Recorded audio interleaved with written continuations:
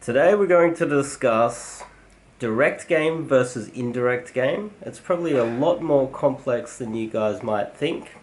I'm going to break it down for you guys. Before we kick it off, I'm Dave, and this channel is dedicated to giving you no bullshit, novel dating advice for the modern man. So, direct game versus indirect game. Me personally, I practice both. And sometimes in a day game session I will go direct and indirect depending on the situation, and it's far more complex than that. So let's kick it off. I recommend firstly for night game you go direct the majority of the time. I'd say definitely 70-80% of the time minimum you should be going direct. Day game obviously depends. Now, if you do have a bit of approach anxiety and you're a little bit scared to approach, direct game is preferable because it's easy. You just go over and say, "Hi, I think you're adorable." Simple pickup. "Hi, I think you're cute." "Hi, I like your shoes." You might think that that's direct and it's showing intent and showing a lot of things, but what it does is it just gives you a kind of a canned line. You're going over there and you feel like you are showing intent because it's more about you than it is her. I would definitely recommend that if you are going over and giving her a compliment, you're going up, I recommend that you need to bring it back and show some sort of a challenging comment. Look, hi, I think you're quite cute, but you don't exactly dress the right way for that body shape. Something along those lines. Bring it up, bring it down, try to level it out to some extent. But direct is preferable if you do have a bit of approach anxiety. Yes, if you can't innovate, you are not very high in verbal acuity, you struggle with conversation, direct is better. Because you can just come over with some canned lines that are direct and go direct, and at least you're in the game, and that's why I recommend direct for beginners. Direct is definitely a beginner's style, especially in day game. Day game is far more complex than night game. But when you move towards intermediate, you do need more of a mix of direct and indirect, and it doesn't have to be off the opener. People often say, look, it has to be off the opener, so you come over and the first thing you say is, I think you're really cute. People generalize a little bit too much. They like to say that, hey, direct is I come over and I tell her she's beautiful, and indirect is going over and asking for directions. That's not exactly accurate, and it doesn't have to be off the opener, by the way. It's far more complex than that. You can just come over and say, "Hi, how you going?" and then somewhere through the conversation tell her she's cute, or you think that she's hot. It doesn't have to be so black and white. It's a grey area, and if you understand the complexity of game, you are far more likely to succeed. Some guys out there, they like to consider that. You've probably come across these guys. I think it's more common with direct guys. They swear by going direct, and they swear by it. They just say, look, you have to go direct 100% of the time because it's showing balls and it's showing intent, and if you're indirect, you're scared and all these other things. And I don't necessarily disagree with them, but I don't agree with them either. I understand that this is a complex game, and if you see it in too much black and white and generalize too much, that negatively affects your results long term. This is a complex thing, and if it was easy, anybody would be succeeding at it. Direct versus indirect. This is my own sort of metaphor. when you go over and you say, hi, I think you're really cute, your sexual marketplace value versus her sexual marketplace value is relative. So, for instance, just say a superstar, we'll just say Justin Bieber. Justin Bieber's up here. And if Justin Bieber's walking through the streets and all of these girls recognize Justin Bieber and they think that Justin Bieber's really attractive, their sexual marketplace value is down here.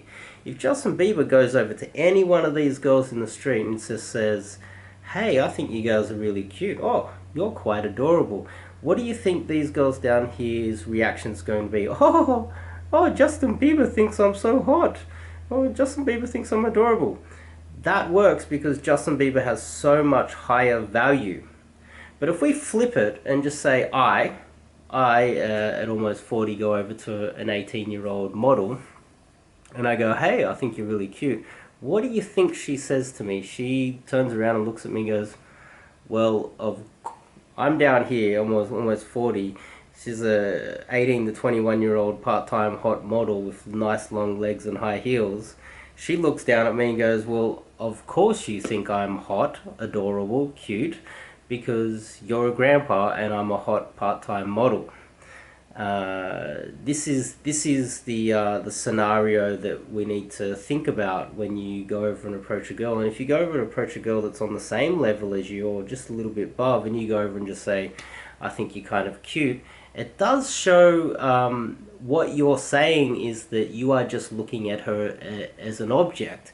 And there is a study that was done where they had men approaching hundreds of women and just going straight over to them saying, hey, I'd like to have sex with you. Would you like to have sex with me? Can we just quickly have sex? Is that okay with you? And almost 100% of the time, well, I think 100% of the time, the women said no. In reverse, obviously, the men most of the time said yes. But if you just treat her like an object, your success rate will plummet and it will decrease. It's not necessarily that you're showing balls and intent. What it is that you are not self-aware enough to understand that you are of higher value than her, and you're saying, I think you're really cute, and that's how this is playing out, and this is why you are succeeding. But if you treat her like an object, you are less likely to succeed. And so that's the complexity of game, is that you need to figure out how to get to know her, get her talking, and try to understand her personality, and at least let her know that you are trying to get to know her as a person. Because if you think about try to have a bit of empathy for how a woman would think, I would assume that most people would understand that every cute girl walking around the street and in every nightclub would know that every guy would love to have sex with them. That's just common sense, right? And so you need to have more than just wanting to have sex with them. And when you come over and you're just super direct, what you're doing is conveying that you just see them as an object. And we need to try and avoid that, because that will, by showing that you're interested in something other than just her appearance, her body, that will increase your chances of success. What else have I got? Indirect.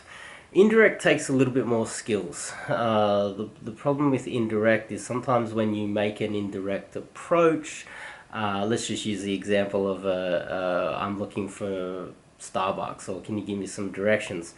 It doesn't have to be that. It could just be, hey, how you going? And then you get into interview mode and you go down this conversational track to nowhere. Indirect can go down a conversational track to nowhere. It takes a lot more skills for you to start embedding your intent during the conversation. And what you need to do is, once you're going indirect, you need to start embedding your intent during the conversation as the conversation goes along, and start leading it towards a date, something that you've got in common, and hinting that you guys should do it together. Instead of just having an indirect conversation and then right at the very end going, hey, can I get your number? She's like, hang on, where the hell did that come from? We were just talking about study, and we were just talking about reading some book or something, and then all of a sudden the guy wants my number. See, this is this is where the skill of indirect comes from, and this is why sometimes it's better to go direct when you're a beginner, and then when you become a little bit better with your conversation skills, you can go indirect, and you can slowly figure out the complexity of embedding that during the conversation. It's not exactly easy. Game's not supposed to be easy, or everyone will be doing it. Yes, it's not just asking for directions. Direct doesn't necessarily mean that you have more balls. I tend to think that it's easier to go direct. And if I'm out, I would definitely have a mixture of direct and indirect, depending on the situation, night game, day game, etc. Yes, direct is high risk, high reward. Sometimes you will get lucky, especially if it's just a quick minute approach and you go direct, you go blah blah blah, she's in a rush. I think you're really cute. How about just give me your number really quick? It's just you spike her emotions that happen so fast, and then you just get out of there. You get the number, and then you keep spiking it during your text game, and then she's probably more likely to turn up on the first date because it was so exciting. So sometimes this strategy can work if you just go in and smash it out in a quick 1 minute approach. And then you keep the high energy and just try to get that date as soon as possible. Then you can keep that momentum going, but it's hard to keep that momentum going long term. So that first date needs to be a really good date, and you need to work hard to make that happen there on your first date as well. Direct versus indirect in group dynamics. If it's one-on-one, or it's just two girls, it's probably better, it's okay to go direct. But if it's a mixed group dynamics, and there's a guy, there's a few girls, there's a mixture of people, and you go direct, and everyone hears you going super direct, that shows not a lot of social awareness. And keep in mind, women they want to avoid guys that have low social awareness. They don't want you embarrassing them every time they go out in public. And if their work colleague, someone from uni is with them, or their brother's with them, and this guy comes over and says, "Hey, I think you're really cute," that might make the guys in the little group a little bit more defensive. And so therefore it's preferable to go indirect, and this is why direct is a little bit more advanced in a lot of aspects. And I'm not saying that direct can't be advanced. There's ways that you can make direct work in an advanced way as well. Both can work if you put a lot of time and effort into both. But it's complex, and that's what I'm trying to get through to you guys today, is that it's not as simple as direct versus indirect. And you can be direct with your verbals and seem indirect with your body language. You can also seem very indirect with your verbals and seem very direct with your body language. It's far more complex than just going over and saying, "Hi, I think you're cute," and that being direct, but physically you might be very scared and standoffish, and therefore it's kind of indirect. No matter how you say how cute she is, you can go over and say, "Oh, do you know where Starbucks is?" And you can have strong body language and lean in, and it can be direct with your body language as well. That's something to keep in mind as well. But I hope that made some sense to you guys. If you're interested, make sure you click the subscribe button, click the bell icon so you don't miss out on any future dating advice that I'll be bringing up on this channel. I'm doing coaching. You can do bootcamp with me. There's a form in the description that you fill out. It's a 2-step process to kick off some coaching with me. I've also got a Telegram group where you can chat with me and my little group of guys right now. It's right there available for you. And I'll see you guys in the next video.